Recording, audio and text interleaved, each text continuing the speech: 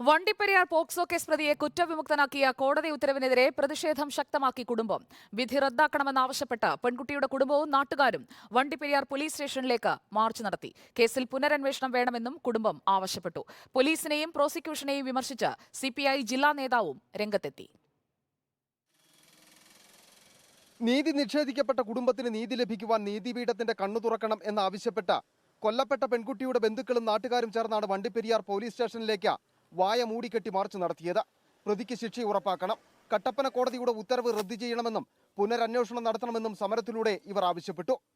ഈ ജഡ്ജ്മെന്റിനെ റദ്ദു ചെയ്തിട്ട് പ്രതിയെ വീണ്ടും അറസ്റ്റ് ചെയ്തുകൊണ്ട് അവരിപ്പോൾ കേസ് നടക്കുകയാണ്. അപ്പോൾ ആ രീതിക്ക് പോകണമെന്നാണ് നമ്മുടെ കുടുംബാംഗങ്ങളും ഞങ്ങളും കൂടെ ആഗ്രഹിക്കുന്നത്. നാളെ വാളയാർ പെൺകുട്ടികളുടെ കുടുംബവും അഡ്വക്കേറ്റും വണ്ടിപ്പെരിയാറിലെ പെൺകുട്ടിയുടെ വീട്ടിലെത്തി സന്ദർശനം നടത്തും. ഇവരുമായി കൂടിയാലോചിച്ച് തുടർ നടപടികൾ സ്വീകരിക്കുവാനാണ് കുടുംബത്തിന്റെ തീരുമാനം. അതേസമയം പ്രതിയെ വെറുതെ വിട്ടതിൽ പ്രോസിക്യൂഷനും പോലീസിനുമെതിരെ വിമർശനം ഉന്നയിച്ച CPI ജില്ലാ അസിസ്റ്റന്റ് സെക്രട്ടറി പ്രിൻസ് മാത്യു ഫേസ്ബുക്കിൽ പോസ്റ്റിട്ടു. ശാസ്ത്രീയ തെളിവുകളടക്കം ശേഖരിക്കുന്നതിൽ പരാജയപ്പെട്ടത് ബാഹ്യ ഇടപെടൽ കൊണ്ടാണോ, ജോലി അറിയാത്തതാണോ എന്നും പ്രിൻസ് മാത്യു ചോദിക്കുന്നു. കുറ്റത്തിന് ഗൗരവം മനസ്സിലാക്കി ശിക്ഷ കിട്ടണം എന്ന വാശി പ്രോസിക്യൂഷൻ കാണിച്ചില്ല.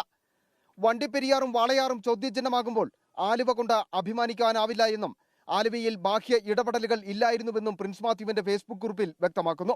നീതിപീഠത്തിന്റെ കണ്ണു തുറക്കുവാൻ നാട്ടുകാരും ബന്ധുക്കളും നിശബ്ദ സമരം നടത്തുമ്പോൾ വണ്ടിപ്പെരിയാർ കേസുമായി ബന്ധപ്പെട്ട രാഷ്ട്രീയ വിവാദങ്ങൾ ഉയരുകയാണ്.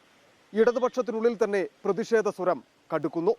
Video journalist S. ശ്രീകുമാറിനൊപ്പം reporter Sandeep Rajakkad, in reporter, Idukki.